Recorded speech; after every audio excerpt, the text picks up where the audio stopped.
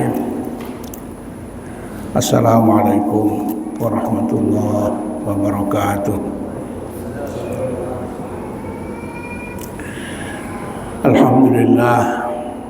Alhamdulillahi rabbil alamin.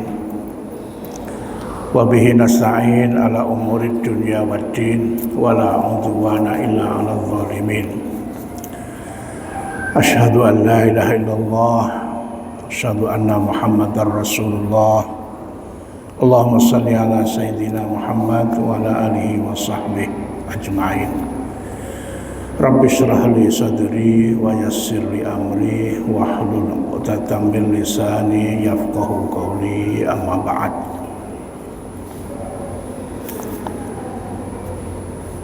Yang berbahagia Tuan Profesor, Tuan-tuan haji dan para jamaah yang dimuliakan Allah dan diberkati Allah.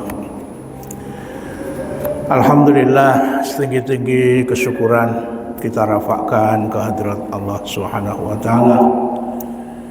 Kita masih diberi peluang oleh Allah untuk merasai kehidupan pada hari ini dan diberi kemampuan pula untuk menguruskan berbagai urusan kita pada hari ini. Pada sebagian kita mungkin hari ini adalah hari yang dianggap istimewa daripada hari-hari yang lain.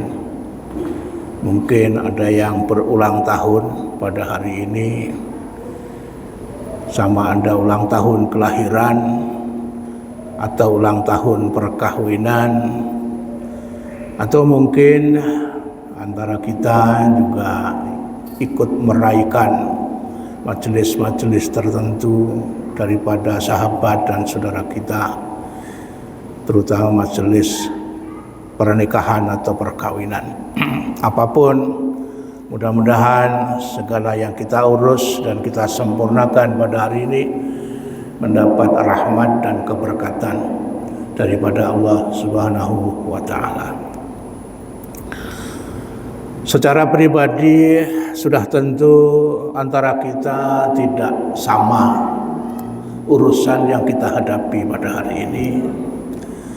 Akan tetapi secara umum sebagai warga atau rakyat di negara kita, negara Malaysia yang sama-sama kita cintai, pada hari-hari seumpama ini saya yakin semua kita diikat oleh satu kesamaan emosi dan perasaan, yaitu perasaan dan emosi yang teruja. Perasaan bersyukur karena kita masih dapat merasai meriahnya kegembiraan di dalam menyambut hari-hari kebesaran negara atau negeri. Kita diperkenalkan mulai tahun ini ada 3 hari kebesaran negara atau negeri. Kalau dulu hanya 2 saja.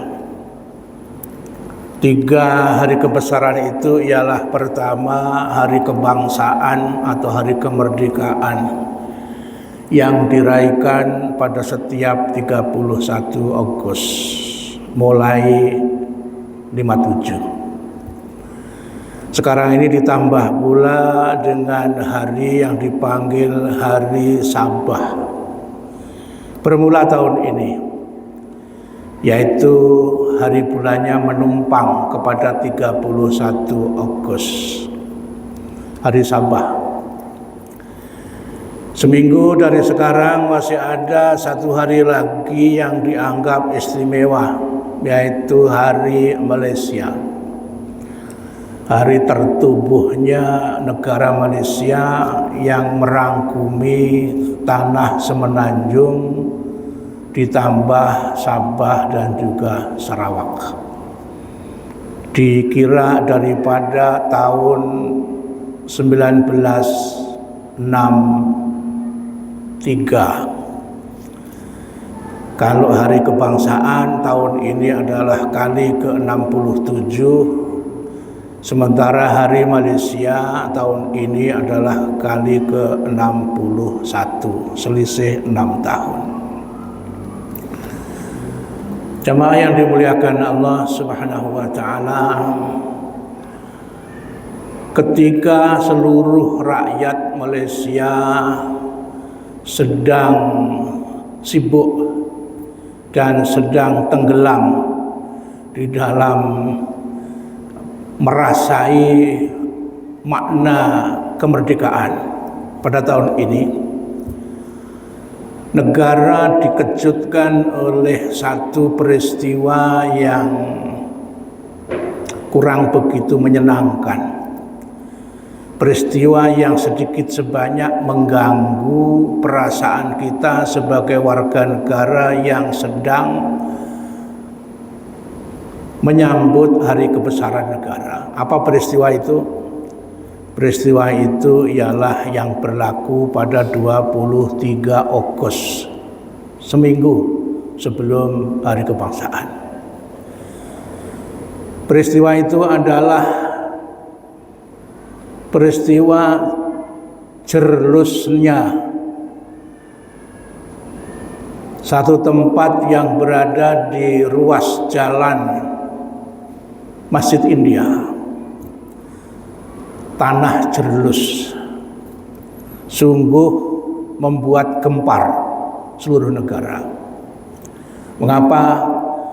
Karena jerlusnya bukan sembarang jerlus. Kalau sekedar jerlus saja sudah banyak kita dengar peristiwa sama. Tapi jerlusnya kali ini memakan korban. Seorang pelancong India, Vijaya Laksmi, umur 48 tahun. Tiba-tiba saja dia berada di tempat itu kemudian runtuh, jerlus. Yang menggemparkannya lagi bukan sahaja memakan korban, korbannya tidak dapat dijumpai. Itu yang mengecewakan lagi. Padahal seluruh kekuatan, seluruh aset telah dikerah untuk mencari mayat mendiang. Tidak jumpa. Apabila memasuki hari ke-9 atau 10, operasi pencarian dianggap tamat, selesai. Hasilnya kosong, tidak dapat dijumpa. Ini yang betul-betul memeranjatkan dan mengecewakan. Sekedar jerlus sudah sering berlaku. Memakan korban barangkali juga pernah berlaku, tapi korban hilang itu rasanya jarang sekali. Jadi ini menimbulkan satu soalan besar, terutama kepada pihak berwajib. Ada apa sesungguhnya di bawah Kuala Lumpur itu?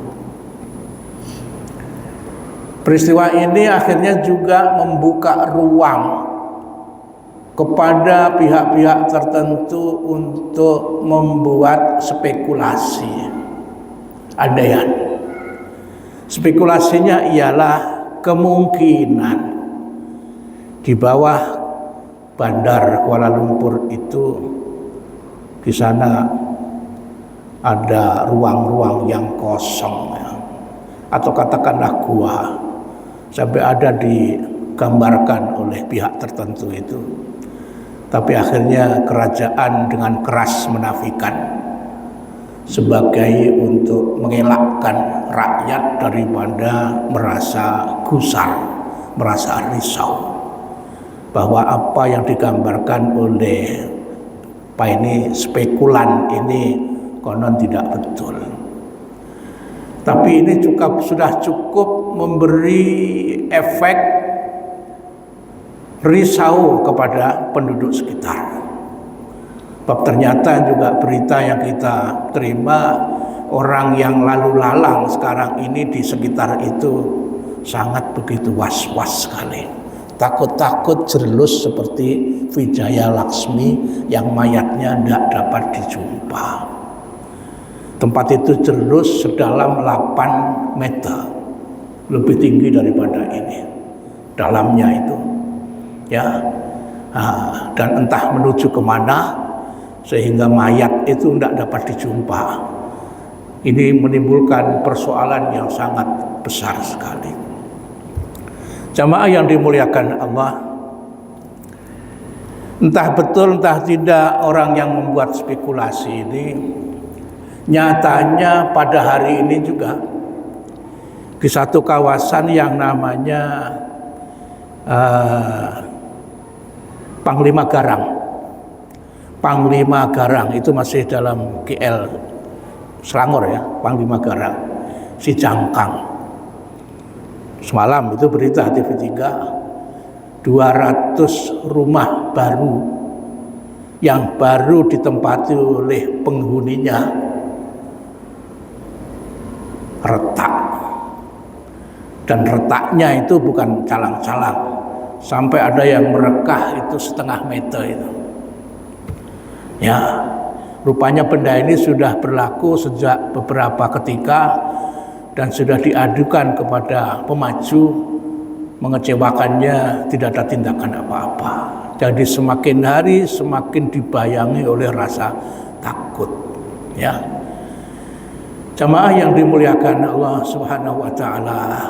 Ya, jadi bukan si Jangkang saja yang mengalami demikian, tapi ada di tempat-tempat lain dalam berita itu ya.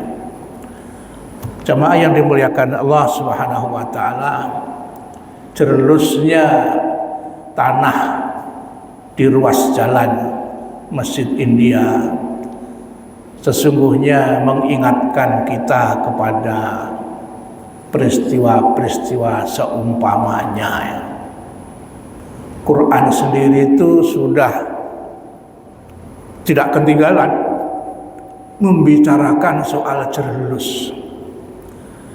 Ribuan tahun yang lalu pernah ada peristiwa tanah jerlus sehingga diabadikan oleh Quran. Ya. Dan tidak mustahil benda seperti itu akan berulang dan berulang. Quran di dalam surah Al-Qasas 81 diterangkan di sana, fa khasafna bihi wa bidarihil ard fama kana lahu min fi'ati yansurunahu min dunillah wa ma kana minal muntasirin. Maka kami jerluskan dia dan juga seluruh istananya di dalam perut bumi. Ketika itu tidak ada seorang pun yang boleh memberi pertolongan. Dia tetap dimakan oleh bumi itu.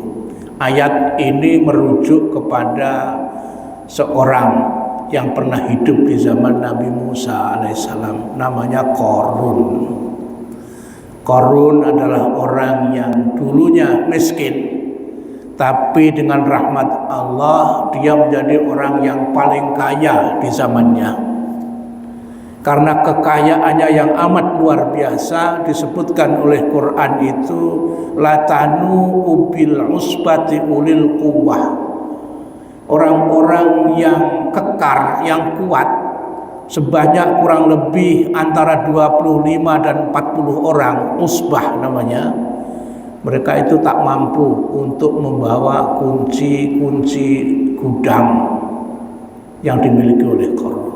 Karena terlalu banyaknya gudang yang dimiliki, sehingga orang yang 40 orang yang paling kuat untuk mengangkat kunci-kuncinya itu tidak mampu. Sayang, Qarun yang kaya itu justru dengan kekayaannya membuat dia jadi sombong, lupa daratan, kacang lupa sama kulit. Pada akhirnya dia dapat hukuman daripada Allah, ditenggelamkan, dijerluskan. Ya, tempat istananya termasuk dia dan seluruh hartanya habis. Ini peristiwa 3000 tahun yang lalu. Sesungguhnya peristiwa seumpama ini banyak, sama ada sebelum itu ataupun selepas itu, yang melibatkan kawasan yang luas, bukan hanya sebuah rumah atau sebuah istana yang terus, bahkan juga dipercayai sebuah kota, sebuah bandar. Bukankah seringkali kita baca hasil daripada penemuan pakar-pakar sejarah purba yang mereka menemukan artefak-artefak purba. Apabila sudah digali sekian meter di dalam perut bumi, apa yang dijumpai? Bukti bahwa di situ telah pernah ada satu tamadun, satu kemajuan yang telah dicapai oleh manusia di zaman itu. Ya, rumah-rumah yang mewah dapat dibuktikan daripada penemuan itu. Ya, bahkan bukan hanya sekedar rumah, melainkan meliputi satu kawasan luas yang dianggap oleh mereka satu bandar, berada di dalam perut bumi. Ya, ini banyak dijumpai terutama di Italia. Di negeri Arab itu biasanya negara-negara Arab yang punya tamadun kuno seperti Mesir, Irak, Mesopotamia, ya, bahkan juga di Amerika Latin juga pernah dijumpai ya, benda-benda lama di dalam perut bumi. Semuanya menunjukkan bahwa ternyata orang dahulu kala sudah pernah mencapai satu kemajuan yang luar biasa, tapi akhirnya mereka ditenggelamkan Allah. Justru Quran berpuluh ayat menyuruh supaya manusia ini siru fil ard, bertebaranlah kamu di muka bumi, tengoklah apa yang telah diperbuat peninggalan-peninggalan orang-orang yang dahulu, yang kanu asyaddu minkum quwwah, mereka lebih hebat kekuatannya daripada kamu. Ya, mereka lebih unggul. Jangan kita pikir pada hari ini teknologi kita ini sudah begitu hebat. Orang dulu ternyata juga tidak kurang hebatnya. Bagaimana piramid itu boleh dibuat yang begitu tinggi, melibatkan benda-benda yang begitu besar, disusun rapi. Dengan apa? Kren untuk mengangkatnya itu. Padahal sudah jelas masa itu belum ada kren, tapi mereka sanggup buat seperti itu. Kalau di Indonesia, di Borobudur, ya, di Magelang atau Jogja, satu bukit besar, ya, disusun situ batu-batu seperti bata yang besarnya itu, masya Allah, ya, mungkin ada 3 kali lipat mimbar ini, besar-besar. Itu batu, bukan batu bulat-bulat, ya. Mereka atur seperti batu bata itu, disusun sampai tinggi itu Borobudur.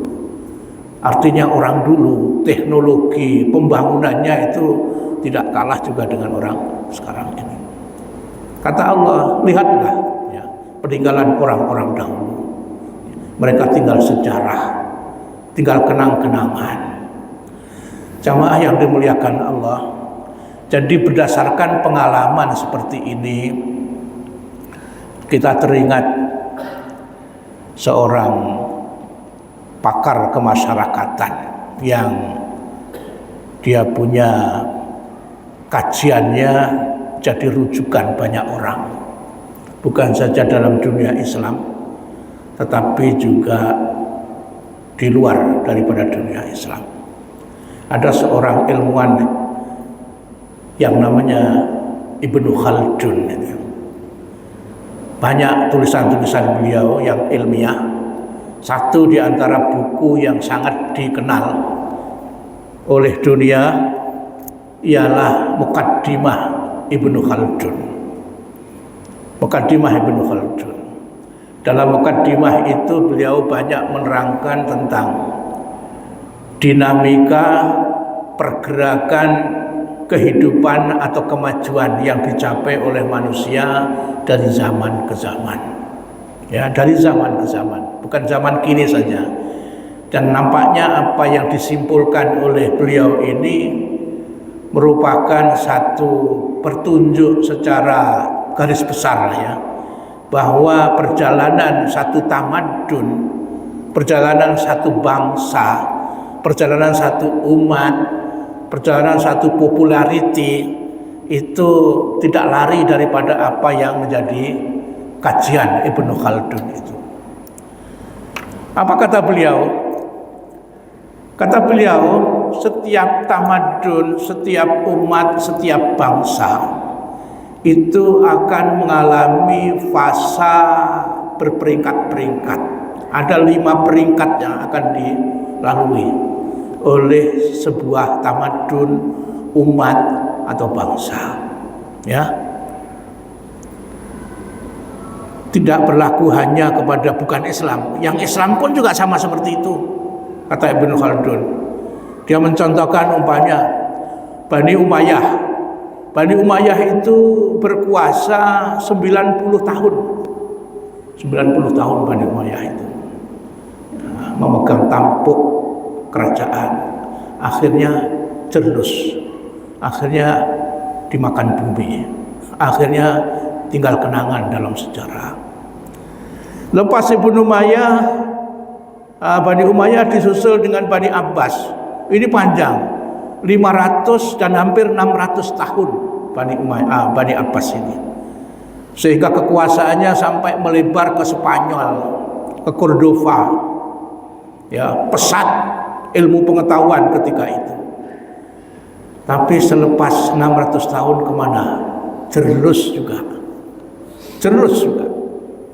Ya, tenggelam di dalam sejarah dan kini tinggal kenangan. Ya. Maka semua tadi itu mengalami satu proses, dan proses itu tidak terkeluar daripada 5 tahap. Tahap pertama, ya, mungkin juga tidak terkecuali, bukan mungkin, tidak terkecuali, ya, dalam negara kita pun juga seperti itu. Pertama ialah fasa susah. Suatu umat, suatu bangsa itu permulaannya susah. Tidak ada yang terus bangkit menjadi bangsa yang senang, itu tidak ada, susah. Ya, apa tidak negara kita sendiri, apa tidaknya dijajah oleh penjajah 450 tahun. Susah, disambung oleh Jepun 3,5 tahun, lebih susah lagi. Walaupun hanya 3,5 tahun, kata cerita itu lebih menderita orang kita berbanding 450 tahun. Jepun itu kejam. Di antara bukti kekejamannya ialah Tugu Peringatan itu, depan airport itu bukti kekejaman Jepun. Membunuh orang suka-suka, 325 orang dibunuh. Bukan itu saja, tapi merata-rata tempat yang dikuasai dia, pembunuhan ramai-ramai itu sudah jadi amalan Jepun. Ya, susah. Ketika penjajahan itu susah, orang kita tidak punya hak. Ya, haknya banyak dirampas oleh penjajah itu. Ya, sama ada hak secara maknawi ataupun hak secara konkret. Hasil mahsul negeri kita diangkutnya semuanya ke negara penjajah untuk memperkaya mereka. Susah, ya. Orang kita tidak boleh membangun. Segala sudut kehidupan semuanya terbantut karena dijajah. Itu zaman susah. Lepas zaman susah, ada satu masa yang kedua, zaman membangun, zaman merdeka. Ya, zaman merdeka. Ya, zaman merdeka. Nah, sudah 67 merdeka. Apa yang dibuat di alam merdeka? Membangun. Oh, pembangunan luar biasa. Ya, jauh kalau kita bandingkan saat-saat kita dijajah ataupun awal-awal merdeka. Gambar keke itu di awal-awal merdeka kita nampak sini. Apa yang ada di sana? Hanya pantai yang dipenuhi dengan bakau. Kalau ada bangunan 1-2 saja, itu keke. Ya, begitu juga bandar-bandar lain di Malaysia ini. Ya, Ketika belum membangun, Kuala Lumpur pun masih apalah yang ada di sana. Ya, tapi apabila sudah merdeka, zaman membangun, ya segala tenaga dikerah, pembangunan digerakkan dalam semua bidang. Ya, digerakkan.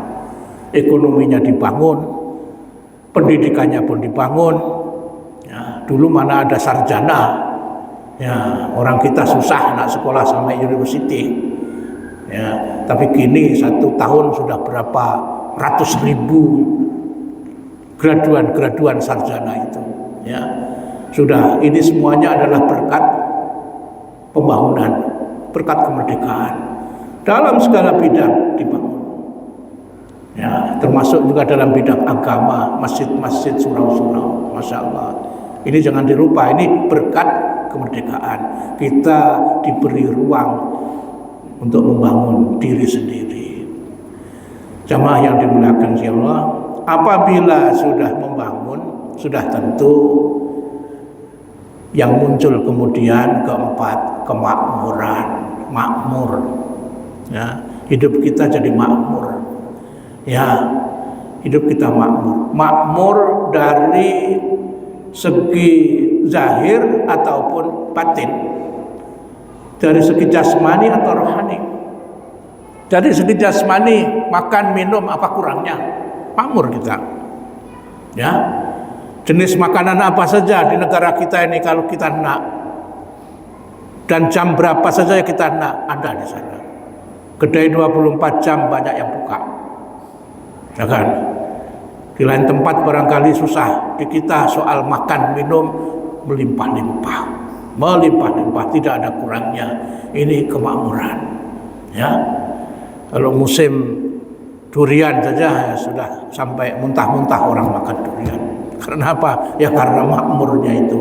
Dulu mana ada durian itu, wayah itu ya. Ya.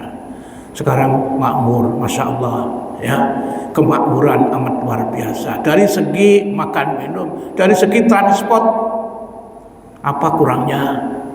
Dulu kalau ada kereta pun namanya kereta lembu. Mungkin Anda belum pernah naik kereta lembu. Saya pernah naik kereta lembu. Masya Allah, sedapnya bukan main naik kereta lembu itu. Ya, sambil bau dia punya taiknya itu ya. Tambah sedap itu. Ya. Nah, sekarang tinggal cerita itu kereta lembu itu. Semuanya sudah berubah jadi kereta bermesin. Berbagai-bagai jenama. Dari yang murah, yang sedang sampai yang termahal. Ya.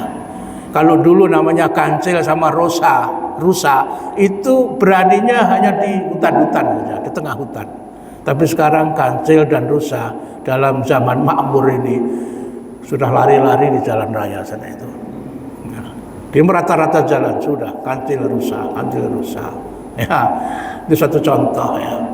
Nah, senangnya transportasi, senangnya komunikasi. Masya Allah, zaman handphone.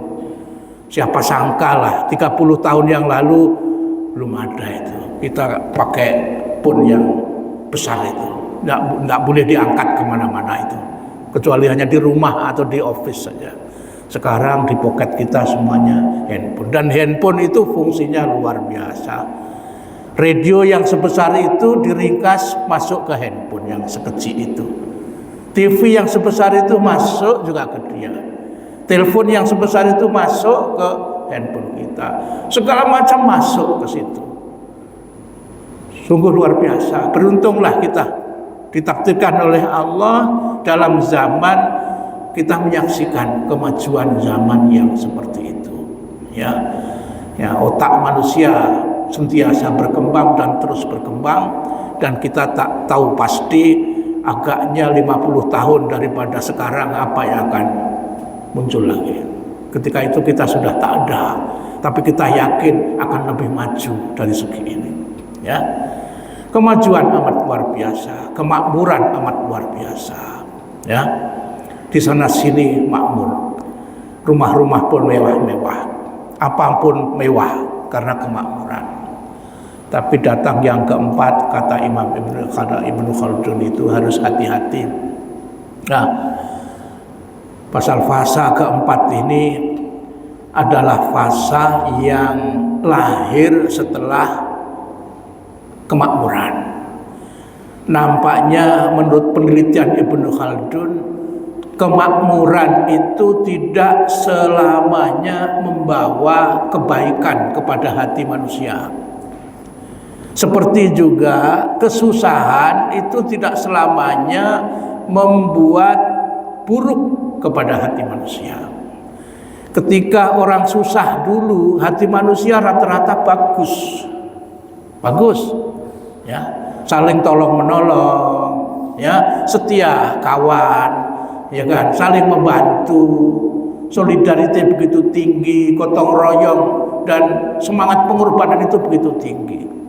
Ya, dengar cerita ketika atuk-atuk kita di zaman penjajahan dulu, mereka sumbangkan apa yang mereka miliki untuk perjuangan membebaskan negara. Tidak menuntut apa-apa, ikhlas semuanya. Begitu bagusnya ketika itu. Tapi kini zaman makmur, ya, nilai-nilai murni seperti itu makin terhakis. Kata Ibnu Khaldun, di zaman kemakmuran ini justru, ya, sangat berpotensi untuk melahirkan sifat-sifat yang tidak terpuji, hasad, dengki, ya, nak saling menjatuhkan, pada ujungnya berperang sesama sendiri. Itu justru berlaku di zaman kemakmuran, ya kan? Zaman kemakmuran. Tengoklah negara-negara yang sekarang ini sudah hancur itu. Apa ceritanya? Irak yang dulunya makmur, megah, hancur, perang sama sendiri. Libya perang sama sendiri. Suriah hancur juga karena perang sesama sendiri. Sebelum itu mereka makmur, negara yang begitu indah bermain, tapi ujung-ujung hancur karena saling bercakaran sesama sendiri. Ya, jadi ternyata kata Ibnu Khaldun, hati-hati kalau sudah sampai kepada kemakmuran, ya, segala-galanya cukup, segala-galanya senang. Nah, ketika itulah timbulnya penyakit-penyakit hati itu yang harus diwaspadai. Dan ini benar seperti apa yang dikhawatirkan oleh Rasulullah SAW. Rasulullah pernah bersabda apabila seorang sahabatnya baru saja balik daripada kota Bahrain, dan ketika itu ada orang yang melapor kepada Rasul bahwa sahabat itu membawa harta yang banyak sekali dari Bahrain. Apa kata Rasulullah kepada sahabat-sahabatnya? Wallahi mal faqra akhsha alaikum. Demi Tuhan, tidak aku khawatir kalau kefakiran itu ada pada kamu. Tapi justru sebaliknya yang aku takutkan kalau kepada kamu dibukakan pintu-pintu khazanah bumi ini. Kamu hidup makmur, senang-senang. Tapi ketika itu kamu tahasadu, kamu saling hasad dengki. Ya, kamu saling berlomba dengan cara yang kasar, dan pada akhirnya kamu akan berbunuh sesama kamu sendiri. Jamaah yang dimuliakan Allah, sungguh tepat peringatan Rasul ini dan sama dengan apa yang digariskan oleh Ibnu Khaldun tadi itu. Apabila sudah mengalami kemakmuran dan kemajuan, kesenangan, waspada, hati-hati, ya, sebab manusia rentan, senang, ya, untuk lahir di dalamnya sifat-sifat yang tidak dipuji. Jamaah yang dimuliakan Allah, dan tahap yang kelima kalau sudah perang sesama sendiri, ya akhirnya hancur.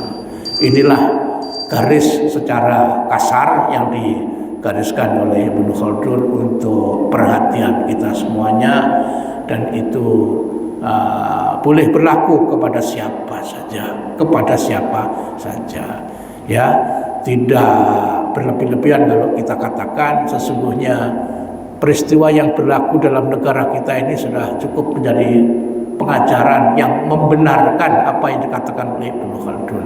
Berapa kali sudah berlaku pergantian kerajaan. Ya, dulu kerajaan E, sekarang kerajaan B, kerajaan C, kemudian nanti akan bertukar lagi. Prosesnya sama tadi seperti itu. Mula-mula susah, akhirnya membangun kuat, makmur. Apabila sudah makmur, berebut proyek, berebut kue dan lain sebagainya. Nah, akhirnya gaduh. Setelah gaduh, bubar. Ya, nah, muncul orang lain lagi yang mengendalikan. Jamaah yang dimuliakan Allah, mudah-mudahan dapat jadi renungan untuk kita semuanya. Aku luka liaga, wassalamualaikum warahmatullahi wabarakatuh. Assalamualaikum warahmatullahi wabarakatuh.